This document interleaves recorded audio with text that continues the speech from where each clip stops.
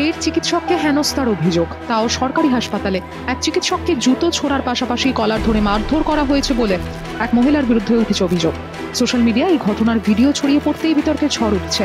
ঘটনাটি ঘটেছে কর্ণাটকের চিকমাগালুর একটি সরকারি হাসপাতালে। জানা গিয়েছে, স্বামীর সঙ্গে অশান্তি ঝামেলা করে আহত অবস্থায় হাসপাতালে ছুটেছিলেন মহিলা। সেখানেও তার স্বামী পৌঁছন। এরপর শুরু হয় ফের কথা কাটাকাটি, অশান্তি। এরপর তারা একে অপরের বিরুদ্ধে থানায় অভিযোগ দায়ের করবেন বলে সিদ্ধান্ত নেন। আর এই কারণেই চিকিৎসকদের কাছে মেডিকেল রিপোর্ট দাবি করেন তারা।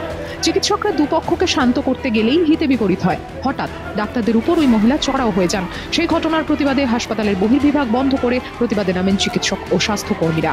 ঘটনাস্থলে পুলিশ এসে পরিস্থিতি সামাল দেয়। ওই মহিলাকে গ্রেফতার করা হয়েছে বলে খবর। এদিকে এক চিকিৎসক ও ডাক্তারকে খুন এবং ধর্ষণের ঘটনায় জ্বলছে গোটা বিশ্ব। এখনো ঘটনার কোনো কিনারা করতে পারেনি সিবিআই। মঙ্গলবার থেকে স্বাস্থ্য ভবনের সামনে বিচারের দাবিতে অবস্থান চালিয়ে নিয়ে যাচ্ছেন জুনিয়র ডাক্তাররা। আরজিকর কাণ্ডের শুনানি ছিল সোমবার। বিচারপতি DY চন্দ্রচূড়ের নেতৃত্বাধীন বেঞ্চে মামলাটি শুনানি হয়। সেখানে প্রধান বিচারপতি জুনিয়র ডাক্তারদের কর্মবিরতি তোলার জন্য বলেন। তিনিও সময়সীমা বেঁধে দেন। মঙ্গলবার বিকেল 5টার মধ্যে ফের কাজে যোগ দেওয়ার আবেদন জানান তিনি, যদিও আন্দোলন বন্ধ করতে রাজি নন জুনিয়র ডাক্তাররা।